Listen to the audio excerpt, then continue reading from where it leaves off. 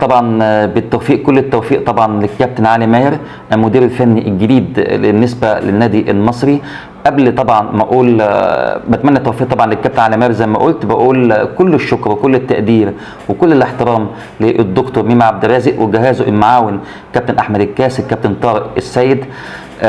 بقول لهم يعني بصرف النظر عن نهائي كاس الرابطه، انتوا عملتوا اللي عليكم، وصلتوا النادي المصري للمركز الخامس في الدوري. يعني السنه الجايه ان شاء الله طبعا بطمن الجماهير ان احنا هنلعب السنه الجايه ان شاء الله البطوله العربيه.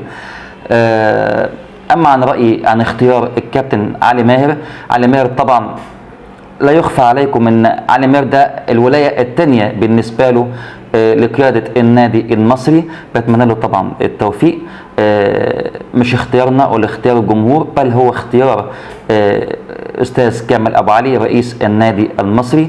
اتمنى يكون اختياره على صواب، سواء كنا موافقين او مش موافقين على علي ماهر. انا عارف بعض الصفحات او الجروبات المهتمه بشؤون النادي المصري، فيه ناس مش حابه وجود الكابتن علي ماهر، ولكن خلينا برضه نقول ده اختيار مجلس الاداره ولا بد من احترامه، وربما يكون اختيار صواب، واتمنى ان شاء الله يكون اختيار صائب من قبل مجلس اداره النادي المصري برئاسه المحترم الاستاذ كامل ابو علي.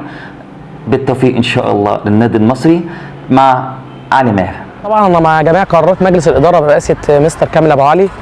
الجمهور ليه حق طبعا في اي شيء في النادي، ده حق الجمهور الاصيل، لكن الا الاداره، يعني الاداره من حقها اللي تعين المدرب اللي تختاره، اللعيبه الانتدابات اللي تجيبها اللي بقدر كبير اللي هي تسعدنا.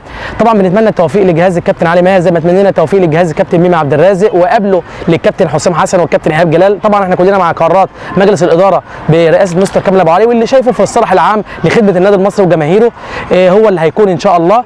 وطبعا تختلف الاراء، ده حاجه معروفه طبعا، ما فيش اراء تبقى ثابته على رجل واحد او مكان واحد، لكن في النهائي لازم نتفق ان احنا مع خدمه النادي المصري ومع اللي يحقق امال وجماهير وطموحات جمهور النادي المصري.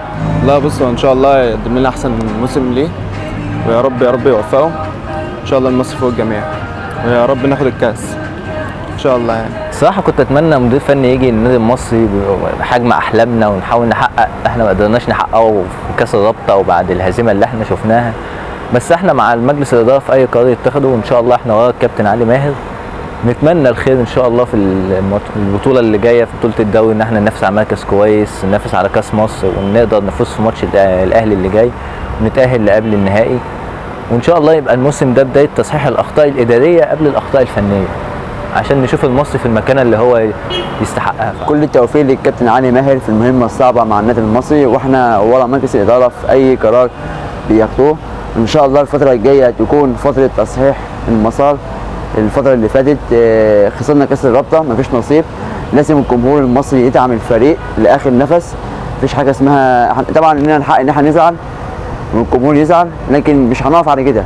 لازم نساند الفريق ونبدا خطوه جديده ان احنا ان شاء الله ناخد البطولات الفتره الجايه. عندنا بطوله كاس مصر، ماتش الاهلي، يعني الماتش صعب بس مفيش مستحيل.